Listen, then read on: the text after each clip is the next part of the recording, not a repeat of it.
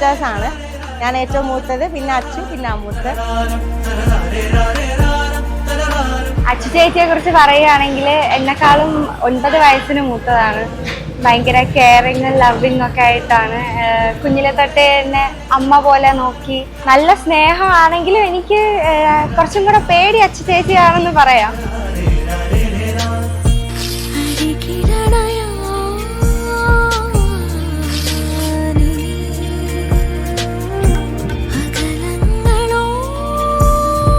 അച്ചു ചേച്ചിയെ കുറിച്ച് പറയുകയാണെങ്കിൽ ശരിക്കും ഞാൻ കണ്ടതിൽ വെച്ച് ഭയങ്കര പോസിറ്റീവായിട്ടുള്ള മൈൻഡ് സെറ്റ് ഉള്ള ഒരാളാണ്. ഒട്ടും ടെൻഷനും ഇല്ല, ഫുൾ ചില്ലായിട്ടുള്ള ഒരാളാണ്. എന്തിനു പറയണം, കല്യാണമായിട്ട് കൂടെ ചേച്ചിയുടെ മുഖത്ത് ഒരു ടെൻഷനും ഞാൻ കണ്ടിട്ടില്ല. She is always happy.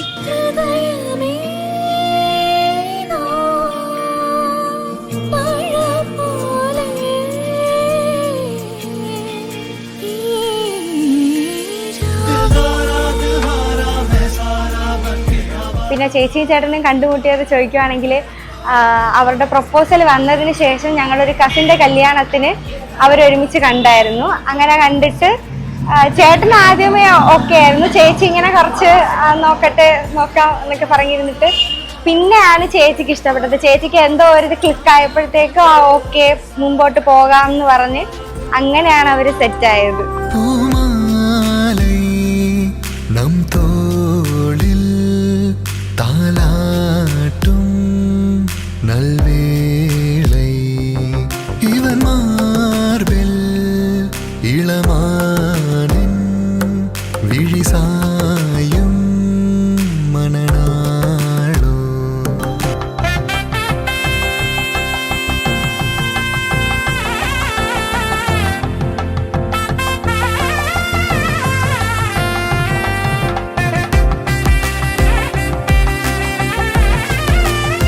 Achu ചേച്ചിക്കും അച്ചു ചേട്ടനും all the best. Happy married life.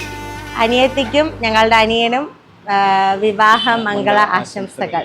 Happy married life Achu and Achu. തീരാ കാതൽയനൈ തീയായി തീണ്ടുതടി നാൾതോറും പോരാട്ടമാ മിന്നൽ ദേഹം ഇതിൽ. എനിക്ക് അച്ഛനെ പറ്റി പറയുകയാണെങ്കിൽ ഒത്തിരി ഓർമ്മകളുണ്ട്. പുള്ളിക്കാരി ഭയങ്കര ബോൾഡാണ്. പിന്നെ ഈ ഒരു പറന്ന് നടക്കുന്ന ഒരു ക്യാരക്ടറാണ്. പെട്ടെന്ന് ഒരാൾ ജയിലിലായ പോലെയാണ് എനിക്ക് തോന്നുന്നത്. എപ്പോഴും ചില്ലായിട്ടും ഭയങ്കര ഫ്രീ ആയിട്ട് ഇങ്ങനെ നടക്കാനും അങ്ങനെ ഒരു അതുപോലെ ഒരുപാട് എയിംസും ഒക്കെ ഉള്ള ഒരാളാണ്. പിന്നെ ഇന്ന് ഇച്ചിരി ഇമോഷണൽ ആയിപ്പോയി. കാരണം അറിയില്ല എന്താന്ന് എനിക്കും അറിയില്ല, ഇച്ചിരി ഇമോഷണൽ ആയിപ്പോയി.